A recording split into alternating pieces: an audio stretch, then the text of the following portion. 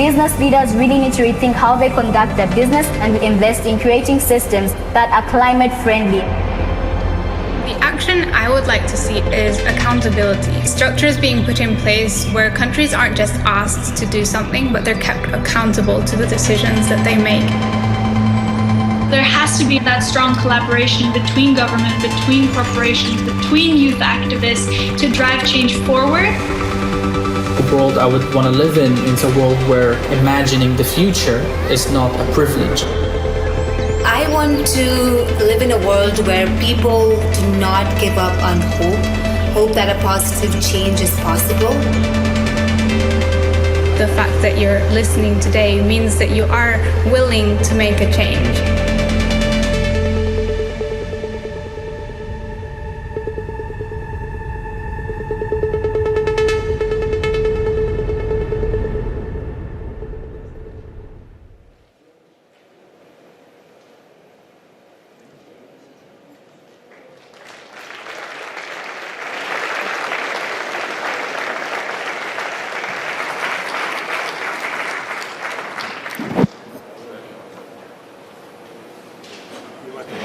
You're supposed to go all the way down.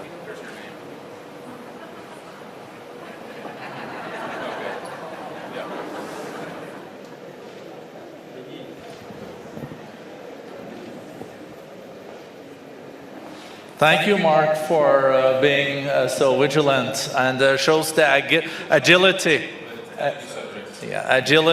of the panel. Welcome, everyone. Good to start on a little bit more of a humorous note because it's a very serious panel, at least a very serious topic with the most important players in the climate field in the world. And let's face it, we are in an emergency situation when it comes to climate and nature. We had the warmest year on record last year. Our planet is on fire and we need to act now. The cost of inaction far exceeds the cost of action. And we just have to understand there is no vaccine against climate change. There's no easy solutions, but the solutions are there. And we can do half of it before 2030 with the technology we do have today, and if we now start to implement what we agreed at COP26. So we have a great panel to discuss this. And as I said, we also have two of the key players from COP26 with us. Secretary Kerry being the climate envoy of the US, and Minister Xie, one of the most experienced Chinese leaders in this, also the climate envoy and former environment minister of China. And the two of them, at the last moment at COP26, showed that there is possibilities for the G2 to still agree on important topics. So I think we should give them a big applause for that. And we are, of course, very interested in hearing what new breakthroughs we can have in the years to come and in the run-up to the COP27 that will be in Africa, in Egypt. Let me start with you, Secretary Kerry. Thank you for your leadership from the Senate and until today on oceans, on biodiversity, nature. We know that a million species are at threat of being distinct. We know that there is so much at stake now, but still we can reach 1.5 degrees if we now start to implement what we have agreed. But last year we saw an increase in the global CO2 emissions. So where do we stand and what measures can we take and what measures will the US under your leadership and President Biden's leadership take to make the planet a better place for future generations? Well, Borge, thank you very much for the invitation to be here, and I'm delighted to be here with all the members of the panel, particularly with this gentleman. We have spent many hours together over 25 years, and we are friends, despite real differences between our countries, obviously. But we have heeded the admonition of our presidents that we need to try to find a way forward. Climate is not a bilateral issue between the United States and China. Climate is a multilateral, universal, existential issue for everybody. And unless China and the United States together try to find a way forward, and other countries are involved, obviously, but unless we do that, we can't get where we need to go. You say, where do we stand now? We stand on a precipice. And if you pull back from the precipice and do the things we need to do, we have an incredible future ahead of us with the capacity to open up a brand new, unbelievable economy globally in the world's greatest transformation ever as we move to a new energy economy, as we get pollution out of the air, which is what is causing the climate crisis. People forget, greenhouse gases are pollution. And 15 million people a year die because of the quality of the air around the world, which comes principally from fossil fuel burning that is not mitigated, abated. And so we stand on the precipice of being able to move away from that. I think also on the other side of the precipice, you better be realistic. 51 degrees centigrade yesterday in Pakistan, in South Asia. 70 degrees Fahrenheit above normal in the Arctic and 100 degrees Fahrenheit above normal in the Antarctic a few weeks ago. You can run around the planet, and there isn't any country on the planet that isn't feeling and living the impacts of the climate crisis. Droughts, fires, mudslides, floods, storms with greater intensity that comes from the increased moisture coming from the ocean, which comes from the increased heat going into the ocean, because 90% of the warming of the planet goes into the ocean. And the oceans, they are at risk. The chemistry changing faster than they have in millions of years. And you can't solve the problem of the oceans if you don't solve climate. You can't solve the problem of climate if you don't solve the ocean. And people need to understand that 51% of the oxygen we breathe comes from the ocean. So we're dealing with a crisis here, folks. It's a crisis made by human beings. As President Kennedy reminded us, most of the problems on the planet are caused by human beings, but that means they can be solved by human beings. And this can be solved. In Glasgow, we left Glasgow, thanks to Minister Scheer and Frans Timmermans and countless other ministers and countries. We came together knowing what the stakes were, recognizing that we needed to come together and compromise, find a way forward. But for the first time ever, the whole community of nations that came together said, we must reduce the consumption of fossil fuel. We must phase down the use of coal. That's never happened before. We embraced a 1.5 degrees target. And the 1.5 degrees was not something anybody pulled out of the sky or did as a matter of politics or ideology. The 1.5 degrees is based on science. In fact, everything that we think we're talking about doing is based on mathematics, and physics. And it is rare that you can get the kind of certainty about what is happening to us, as opposed to all the investments that countries make. Any individual makes an investment. You can't be as certain about that investment, usually, as you can be certain about what is happening to the planet and why. So we need to move. We need to accelerate. We need to do more. And Xie Zhenhua understands that. He's committed to that, as we are. And we're working together now to try to find the way that we can move forward. 20 countries, ladies and gentlemen, equal 80% of all the emissions on the planet. Think of it that way. And if those 20 countries can move rapidly enough, we can win this battle. We left Glasgow with 65% of global GDP committing to real plans that can get you to 1.5 degrees. That means 35% did not join that. And what we need to do now is help some countries that need assistance to be able to make the transformation do it. So we're working. The United States is working together with Germany and Britain and France, other countries, UAE, with India, with South Africa, with Indonesia, with Vietnam, with Mexico, with other countries, to help them to get the investable financing and the technology that will help them make this transition. I am absolutely convinced we will get to a low-carbon, no-carbon economy on this planet.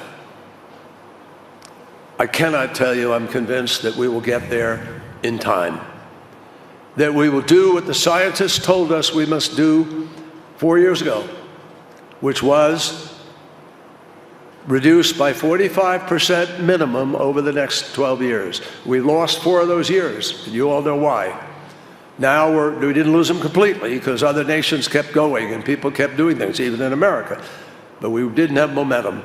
Now we have momentum, and we have the ability to be able to actually keep the world at the degrees we're aiming for. Fatih Birol and the IEA let the world know that if we implemented everything that we agreed to do in Glasgow, we would be at 1.8 degrees centigrade of warming by 2050. That doesn't tell me we can be satisfied with 1.8 degrees. It tells me that with a little more effort, we can get to 1.5. And every tenth of a degree makes a world of difference. Bottom line, I'll just close by saying to you, no government has the money to be able to solve this problem by itself. No government will move fast enough to solve this government by itself. We need you. We need the private sector all around the world to step up, as major financial institutions are stepping up, as companies that have joined the First Movers Coalition, who are saying, even by paying a green premium, they're going to buy 10% green steel. They're going to buy green cement. They're going to have, some of them have invested in electric airplanes. Some of them are going to make new ships, Maersk, for instance, that are carbon-free. We're starting. We're on the move. We simply have to accelerate this by several times. But I am convinced that through technology, through innovation, through human ingenuity, if we will find the human will to make the choices available to us, we can win this battle. That's where we stand. Thank you, Secretary Kerry, for that. I think you deserve a great applause. And Minister Chair, welcome to you. And thank you also for your leadership at COP26 and on the environment and climate for decades. You heard what Secretary Kerry said about that we have to accelerate this several times just now. And we know that China has committed to peak emissions before 2030 and also being climate neutral by 2060. Could you share with us what next steps and what will take place from China's side in the coming years based on these ambitions?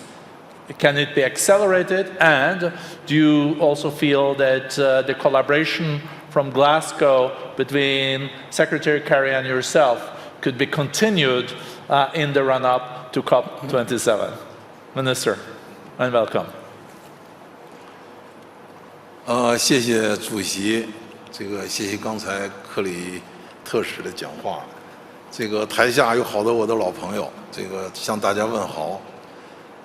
我首先呢，先向大家介绍一下，在对待气候变化这个问题上，中国政府的一贯的一些立场。今年的1月份，习近平主席在2022年世界经济论坛视频会议上发表了演讲，他提出了要携手战胜疫情，化解各类风险，跨越发展鸿沟，实现共促共赢等四点主张，为世界走出困难、战胜挑战，再一次贡献了中国的方案。去年9月，习近平主席发起全球发展倡议，目的是同各方一道，加快落实2030年可持续发展议程，实现更加强劲、绿色、健康的全球发展。气候变化和绿色发展是倡议的重点领域之一。面对人类共同的未来，各方应该同舟共济，各尽所能，合作共赢，应对气候变化等全球性的挑战。只有合作才是根本的出路。第二呢，中国始终积极地践行应对气候变化的务实行动。习近平主席宣布了双碳的目标，刚才布伦德主席讲的，这个2030年大风，2060年要实现碳中和。实际上呢，前面还有一个字“前 ”，2030年前和2060年前。也就是说呢，我们要努力的争取呢，做得更好。为了实现这个目标，在中央的层面成立了碳达峰、碳中和的领导小组，构建了实施1+N 的政策体系。1+N 就是 N 就是包括所有的行业、所有的领域都要为实现这个目标做出自己的努力。到目前为止呢，已经有37个领域跟行业已经公布和实施了他们自己的实施方案。所以这样的话呢，就来积极的促进我们优化能源结构、产业结构的调整，稳步的推进全球碳排放市场的建设。绿色低碳转型创新已经在中国呢形成了社会的氛围。第三，中国始终积极地推动全球气候治理的进程。习近平主席亲自领导和参与之下，中国为巴黎协定的达成、签署、生效和实施做出了历史性的贡献。这一点呢，美国、中美之间有很好的合作促成了巴黎协定的最后能够巴黎大会取得成功。所以在世界经济论坛2017年年会上，习主席又指出，巴黎协定符合全球发展的大方向，这个成果来之不易，应该共同坚守，不能够轻言放弃。今天我们再次相聚在达沃斯，面临新的更大的困难和挑战。刚才克里先生已经讲了，在此呢，我们呼吁各国要加强团结，共克时艰，重信守诺，遵循联合国气候变化公约和巴黎协定所确定的基本原则，通过强化务实行动与合作来实现公约和巴黎协定的目标，共建公平合理、合作共赢的全球气候治理的体系。谢谢。Thank you very much. I will come back to this gentlemen, but let me now turn to Elizabeth Batuti. I heard Elizabeth speak at COP26 as a young climate activist. Very impressive. Elizabeth, you also started and are the founder of the Generation Green Initiative. And based on the agreements in COP26, where do you feel we stand now, and how do you feel about the run-up to COP27? The humanitarian crisis that I described to the world leaders at COP26 has only worsened since the last year. And right now, over 3 million of my fellow Kenyans and over 20 million people across the Horn Africa and neighboring countries across Kenya are right now facing extreme hunger due to a record-breaking drought that has actually seen consecutive rainy seasons fail. And the war in Ukraine is now exacerbating these already terrifying high levels of food insecurity. And just over a week ago, I visited Wajir County, which is a county in northeastern part of Kenya. And what I witnessed there was a deeply shocking example of the suffering that the interconnected climate, nature, and food crisis is already bringing to bear across the African continent. I saw dead and dying livestock, the goats, cows, camels. All these are livestock that this community depend on for 80% of their livelihoods, but right now they are not able to meet this because of the drought situation. The decimated wildlife, wild animals that have to walk for long distances to find water but end up losing the battle at the end of the day. And the hungry and desperate people who are also losing hope for their future. The reality of climate change is here and it's getting worse. And it's getting worse because we're not taking the clear and concrete actions that science says that we must take in order to turn these around. And we know that we must break our deadly reliance on fossil fuels and also invest massively in a clean energy future and also ensure access to energy for all. We also know that we have to transform our global food systems. And we also have to raise our ambitions to limit warming to 1.5 degrees and assist others as well to meet this challenge by mobilizing finance and resources, including a separate finance facility for loss and damage. My message to the world leaders ahead of COP27 is still unchanged. Open your hearts and feel the immense suffering that our way of doing things is causing, and then act at the scale and speed needed to turn things around. This is not just a moment of compassion. This is a moment of action and reform.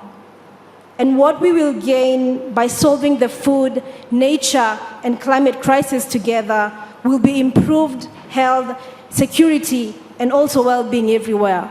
But we have to act with urgency.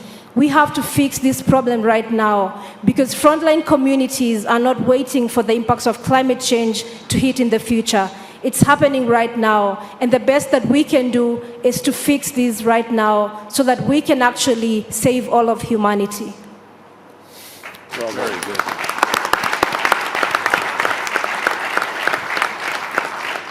Thank you so much, Elizabeth, and also to share what is happening on the ground in Kenya. And as Elizabeth said, it's not any longer about why, it's about how. And Geraldine Machet, co-chair, co-CEO of Royal DSM, also the CFO. I know you're very passionate about what Elizabeth also talked about, agriculture and the food situation and the food crisis that we are faced with, and how can we turn the food and agriculture is today a major contributor to emissions. It also uses a lot of water for irrigation. How can we turn food production into something that can produce more food and decouple this from the negative effects and hurting nature? So over to you, Geraldine, and thank you for your leadership in this field. Thank you, Roger, and hello, everyone. And thank you, Elizabeth, for bringing the reality of today on our doorstep. I think this week in Davos, we simply cannot avoid the fact that there is a food crisis as we speak, and that basically the food systems of this world are extremely fragile. Now, there's the crisis which is linked to the Ukraine situation, but this has been coming and is already here, as we've just heard. And it's probably worth going back just a little bit in time to put it into context. In 1950, we had 2.5 billion people on this planet, and at the time, 70% of humanity was living in poverty. And the biggest urgency was to feed everybody. So we put our brains to work and our science and our innovation, and we focused for a few decades on producing more and more and more food. Now, we've actually been very successful. In the meantime, the number of humans on the planet tripled to over 7.5 billion. And we have actually managed to reduce over time the percentage and the absolute number of people who really are lacking food. However, if you look at the food systems of today, we are able to feed reasonably well about 3 billion people. There's another 3 billion people who are unable to afford a healthy diet. And there's 1 billion people who are simply undernourished. And the people on the brink of starvation has tripled in the last 2 years. So this picture is not good. And this is before we overlay an even worse impact from climate change, which is why this is why we're talking about food with climate, is that it's the same battle. In fact, this increase in food production has had a massive impact on planet Earth. Few facts: food production actually requires 70% of fresh water that we use in the world. It emits about a third, 34% of greenhouse gases, and it is by far the biggest cause of the loss of nature and biodiversity. Now, at the same time, climate change is the biggest victim, food system is the biggest victim of climate change. We're seeing that in all geographies, and you said it very nicely in your introduction, there is not one country that isn't suffering from droughts, from floods, from fires, and all of our food systems are actually under threat. Now, if we look at that picture and we turn it into economic figures, the fact that our food systems are not sustainable is costing the world about 2 trillion a year.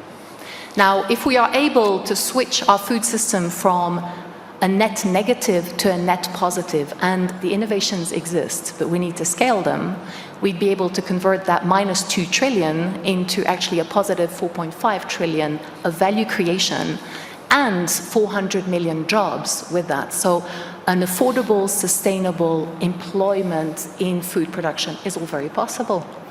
Now, of course, this is nice to hear, but the question is always the how. And we could spend hours here debating that, but there's maybe a few thoughts to put in place here. The first one actually links to COP26 and the methane pledge. Now, food production accounts for about a third of methane emissions, and we all know that methane is 28 times more potent as a greenhouse gas than CO2. We can buy time. We can buy time by at least reducing methane emissions wherever possible, be it from livestock, be it from land waste, and of course there are other sources of methane. But this is one first element, and that would actually extend to switching our food system to much more regenerative food system production. We have to change the way we produce food in the world. The other one is really about redirecting subsidies.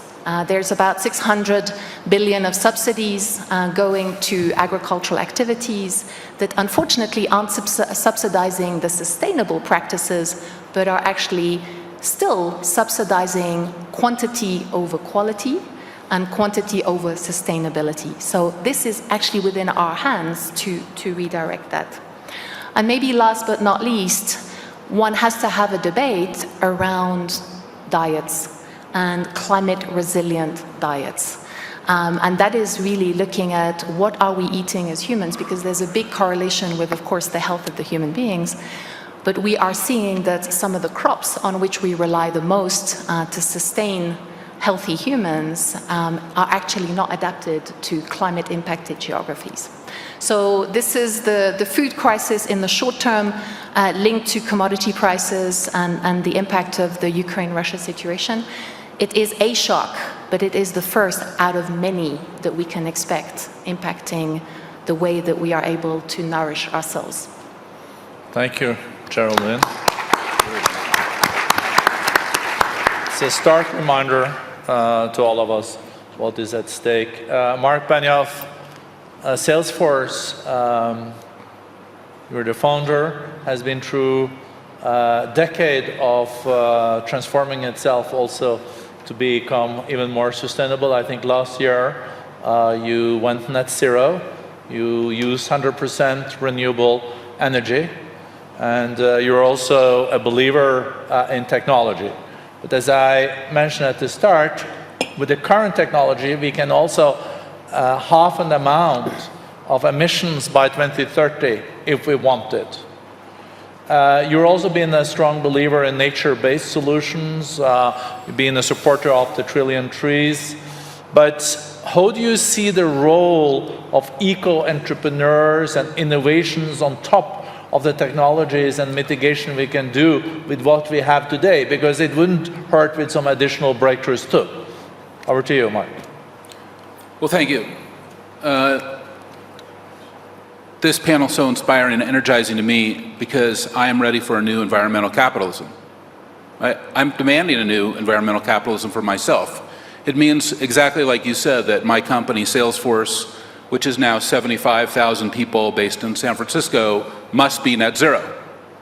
But it also means that every company here at the forum must be net zero and fully renewable. We have no choice.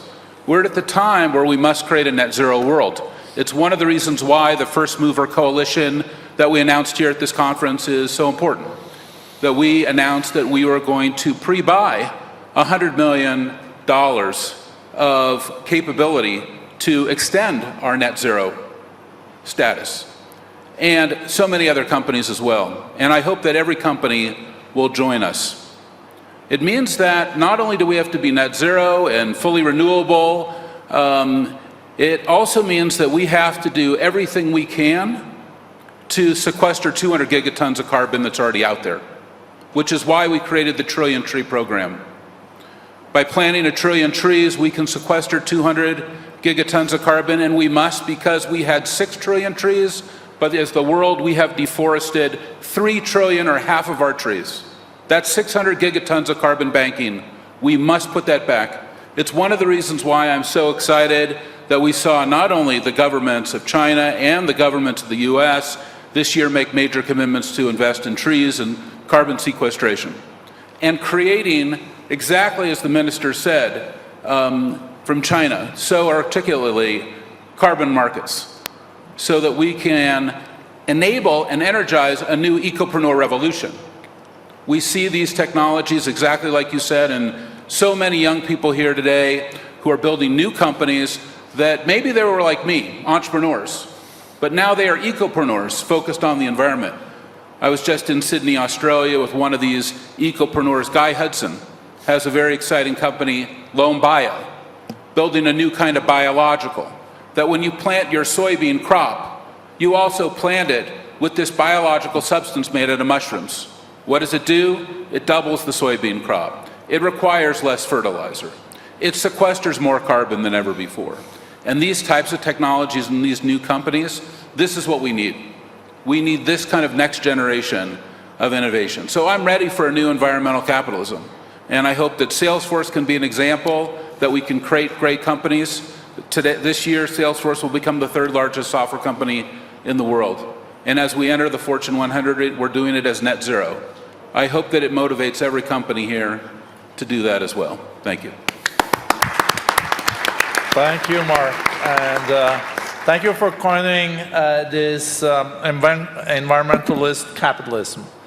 I think this is something that can inspire. Also, thank you for your leadership in the First Movers Coalition that Secretary Kerry, President Biden, and the World Economic Forum launched at the COP26. This is really a coalition where 54 of the leading companies in the world, including Salesforce, the Apples of the world, the Amazons of the world, say that they commit then to say that their suppliers have to green and leave less of a CO2 footprint in their production, or they will not buy.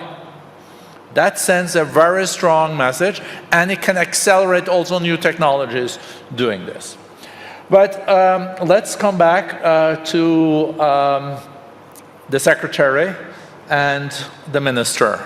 It's so much of the future of the planet is in your hands. US and China is almost 50% of the global economy, and we know how powerful it is when you can agree. Before Paris, where you both played such an important role, we were on a track to a 4 degrees increase, 4 degrees. After Paris, on the track to 3. After COP26, when you did agree, we are now on the track, or potentially on the track, to 2 degrees. Not where we need to be, because that's 1.5, but now we have to agree, and we have to implement the necessary measures to get to 1.5. So my question to you, honorable ministers and secretary, is how to get there. Will we get there, and will we now get the necessary momentum in the run-up to COP27, or will leaders now just focus on having all the necessary energy available, and they will forget about the green agenda? Maybe Secretary Kerry first? Well, Borja, that obviously is a fundamental challenge right now. We are not on the track that we need to be right now. Emissions went up 6% last year. Coal use went up 9%.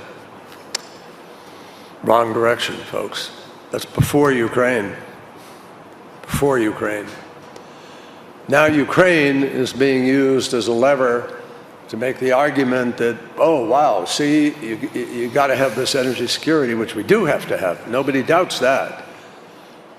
But there's a headlong plunge to sort of say, well, that means we've got to drill a lot more and pump a lot more, and we've got to build out more infrastructure in order to be able to deliver the gas to Europe that we have to have, et cetera, et cetera.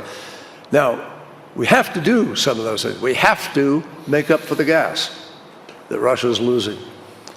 That Russia is, you know, now that we're cutting Russia out and not selling it, so where are you going to get it from? Well, Europe has made a decision to completely accelerate their deployment of renewables. And France has determined that they're going to have to, you know, double down on nuclear and make different choices. So all of us need to recognize that, you know, we have the basic technologies now already deployed to get where we need to do in this next 8 years to meet the goal of a 45% reduction. But we do not have yet the technologies fully brought to scale and developed sufficiently to be able to do what we need to do to get net zero 2050.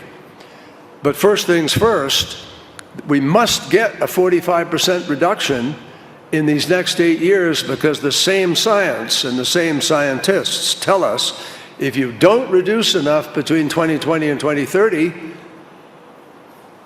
barring a miracle discovery of something that we don't even know, you know, that we don't have yet, you can't have a steep enough, you can't meet the decline that you have to achieve over those next years by 2050. You can't do it. So this decade, this next 8 years decides whether or not we blow through 1.5 degrees or whether we in fact contrive our goal. And we can't do it, folks, if the new theology is going to become, we got to build out a massive gas infrastructure without regard to abatement and mitigation of that gas. The reason we are in the predicament we're in today is fossil fuel burning in a way that has polluted the atmosphere. And so much so that this blanket is heating up the planet at an unacceptable rate. And we see it happening. You heard Elizabeth. Millions of people are being affected by this right now. We have climate refugees on this planet right now. We have people who are, if we have a threat to the entire food production structure of Africa. And if all of a sudden that were to implode, you're going to have hundreds of millions of people looking for a place to live. If you think migration has been a challenge to the world over the course of the last 25, 30 years, wait till you see what happens if we don't do what we know we have to do over the course of these next years. Now, I've always talked very directly with my friend Xie Zhenhua. We always deal with these things very honestly, and he knows that I am urging China just as I'm urging the United States. We must reduce emissions faster. We must deploy current level of technology on solar, on wind, And we have other technologies we're aware of with respect to hydro or geothermal or other things that we could do. So we can meet the goal of the 45% if we summon the political will to do it. And the entrepreneurial activities that are ongoing are genuinely exciting. I was in California recently looking at what was happening with Google X, what was happening with our laboratory and fusion, where, by the way, they have made genuine new breakthroughs and there are new possibilities. And we're also looking at startups, young companies that are doing new things in battery storage, in green hydrogen, in direct air carbon capture, where they're now utilizing the carbon that they capture, making it into product. This is the future. And if we will commit to that wholeheartedly and not make the mistakes of the past by building out a 30 or 40-year infrastructure of fossil fuel that is not mitigated or abated to the levels near what we need, that would be a catastrophic mistake and a guarantee we blow through the 1.5 degrees, and God knows what happens even with 2 degrees and beyond. This battle is being fought now for the next 8 years to determine whether or not we can achieve net zero by 2050. And we need China to join with us. And I hope in these next months that Xi Jinping and I, and it's not the two of us who are as important as Borja has made us, it's President Biden and President Xi. And it's their determination about what we will do that can make the decision as to whether or not China can accelerate its ability, which it agreed to work with us to do. We've already crossed that bridge. China said it's prepared to work with us to try to accelerate the transition from coal. And China also has agreed they're going to go after methane. Methane, my friends, is so critical. Now, because of permafrost thawing in Siberia, in the tundra, in Alaska, you can light a match over bubbles coming up out of the water and the water will burn. Light on fire. That's methane. And the problem is methane is 20 to 80 times more damaging than CO2, and it's the easiest thing to begin to fix. It's low tech. It's plumbing. You fix pipes that leak. You fix connectors that leak. You plug the holes of wells that you used to use, but you don't leave them open. You stop flaring. You stop venting. There's as much gas being flared and vented now as Europe gets from Russia in a year. So we can do this. And I hope Xi Jinping and I will be able to take what we've done in the last 2 COPs to the level that we need to get to win the battle. Thank you, Secretary Kerry. So, Minister Xie, does Secretary Kerry make sense to you? There's only one answer to that. or maybe be a little bit more precise in my question. Do you agree with him that we must reduce emissions faster?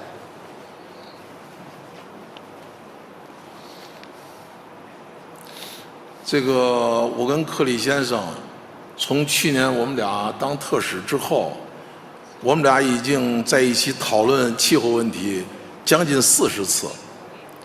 大家算一算，40次，几乎是我们8天到9天，我们俩就会见一次面，来讨论怎么样来积极应对气候变化，推动这个多边的进程，加强两国之间的合作。刚才谈到了，如果要实现巴黎协定所确定的目标，我们大家必须要行动，而且要进行这个绿色低碳循环，以这种路径来实现我们这个全球的目标。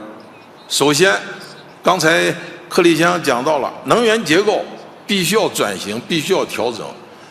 中国最近这些年，我们的煤炭占一次能源的比重已经由74%下降到56%。中国的可再生能源的发展呢，在世界上走在是最前面。我们已经建成的可再生能源的总装机容量是10亿千瓦以上，其中风电和光伏发电各占了3亿千瓦的总装机，这个量是相当大的。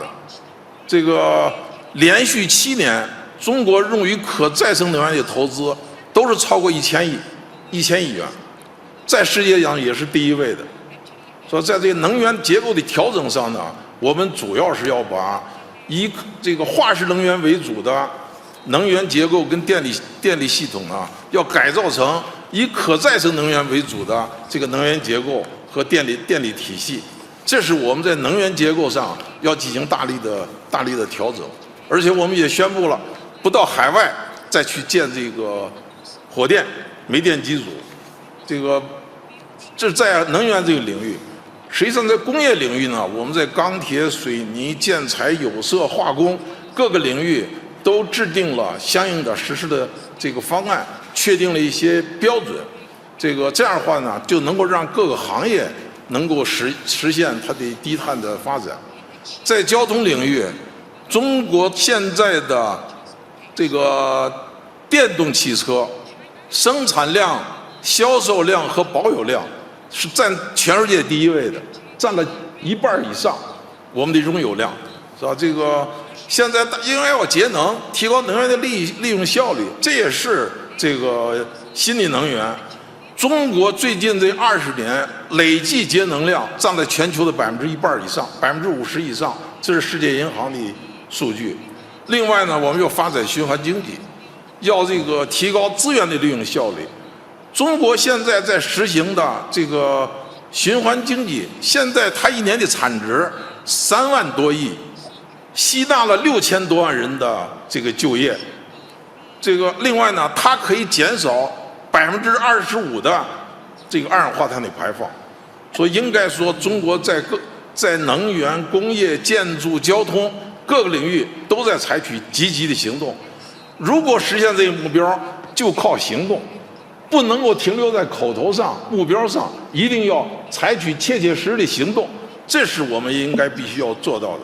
刚才那位先生讲到了要植树造林，中国的森林覆盖率和中国的森林蓄积量，最近的这30年都在双增长，说一直这是占了全球绿色面积，中国占了25%以上。论坛倡议说要搞植树的活动，说叫1棵植树的活动。中国我们响应这个倡议，我在这儿宣布，中国今后的10年要种700亿棵树，这是为了绿化我们整个的地球，应对气候变化，增加森林碳汇。所以这是我们中国要做的。所以我想呢，不管是怎么说，关键是看你怎么做。我跟克里先生啊是好朋友，我们有非常好的合作。说我们已经在 COP26 之前，我们已经发表了2个联合声明。我们现在呢准备把我们所确定的这些优先领域从对话交流变成合作，是吧？这一点呢是我们下一步要努力的方向。所以我想呢，要应对气候变化，还是要实实在在的采取行动。谢谢大家。No. Thank you so much, Minister Xie. Those commitments made at Paris and COP26 has now become a Davos declaration. We make commitments into action. And this is what it's all about when you also then work with the private sector and mobilize civil society, private sector and governments towards 1.5. Every consequential session has to come to an end, so I don't dare going back to the 2 gentlemen anymore, because we will have to end on Swiss time, that is 2:30. So I will give the 3 panelists 2 minutes each. I will go to Geraldine first, then to Mark, and I think the future needs to end such a panel, because it is about Elizabeth's future and all the young people on our planet. So over to you, Geraldine, first, then to Mark, and then to Elizabeth. But 1.5 minutes each, and then we can end on time. Thank you very much. And while there's absolutely no doubt, of course, that the climate crisis and the climate battle has to do with energy, it also has a lot to do with nature. And photosynthesis is a very strong power to sequester carbon. So maybe my last thought for us today is to really home in on the innovations that can leverage the power of nature to help us win this battle as well. And there's a lot of innovations out there that we can scale. I mean, regenerative agriculture, it doesn't need to be invented, it needs to be scaled. And this is something which is entirely in our hands with no major capital investments, simply a determination to move that in all geographies much, much faster. And here we're talking about cover crops, no-tilling, there's all kinds of approaches, reducing methane from livestock being one of them. And as DSM, a science-based company, this is where our passion goes. And Borja, you said very correctly, we are very passionate about this, which is how can we leverage the power of nature in order to address climate change and food security for the world going forward, knowing that as we sit today, we are seeing a highly deteriorating picture. So even more action needed on that front. Thank you to Geraldine Machet, the co-CEO of DSM. No, to another co-CEO. I think you became co-CEO since last time we met, Mark. Yes. Co-CEO of your company, Salesforce. Well, thanks. This has been a great panel. I really appreciate the World Economic Forum bringing this critical subject to this stage and to business. And also, I really appreciate John Kerry as well as Minister Xie coming from China. It's so important. This is a moment of action. Just like you said, we must create a net zero world. This is the time where we have to accelerate and reduce our use of fossil fuels and reduce our deforestation. And just like the minister said, we must get to reforestation. And with China has 25% of the world's trees, and we need to plant 1 trillion trees, so I'm going to assign China for 250 billion trees, please. Thank you very much. And we must energize and inspire an ecopreneur revolution, and we're talking about methane. We have a great company here at the WEF that called Planet Labs. They're launching small satellites, and there's one going up called Carbon Mapper, and it can read the methane that's on the planet. Today, we don't have a way to see transparently where all the methane is and all the methane leaks, but we shortly will. And these kinds of ecopreneurs who are creating all these kind of next generation technologies, they need all of our attention and our investment and our focus, and I want to thank you especially to the WEF for bringing so many of them here and inspiring us, and I hope we will continue to double and triple their presence, and we do everything we can to make them as successful as possible. Well done, thank you. Well, thank you, Mark, and thank you for your warm and not least inspirational words. Before going to you, Elizabeth, there are many leaders in the climate world here in the audience, but I also would like to acknowledge Vice President Al Gore's presence here on the first row. Thank you for your leadership, Al. Elizabeth, you can sum up now. Thank you. What I didn't hear today is what is holding us back and how we can unlock everything. But I will tell you, what is holding us back and from dealing with this interconnected nature, climate and food crisis is actually not lack of scientific knowledge or even lack of technology. These are human problems, and the solutions to them lie in the human mind, heart, and human head.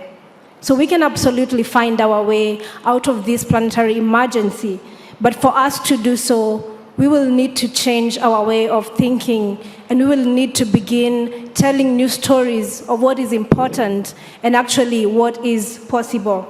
And to me, that is the key to actually unlocking everything. Because right now, the life-sustaining relationship between nature and humanity is not being recognized, valued, or even being protected. We are perpetuating an ecocidal economic system that is destroying nature and all of humanity. And this is a system that's destroying nature faster than nature can even regenerate herself. So we have to stop destroying our own life support system as humans. But it doesn't have to be this way, because we know that a future that has a stable climate, clean air to breathe, clean drinking water, food to eat, it's very possible. But again, we need international cooperation and solidarity for us to achieve this. And what is needed now is actually courageous and urgent action from each and every person, each and every sector, because we have to change course when we still can. And we all know that time is running out.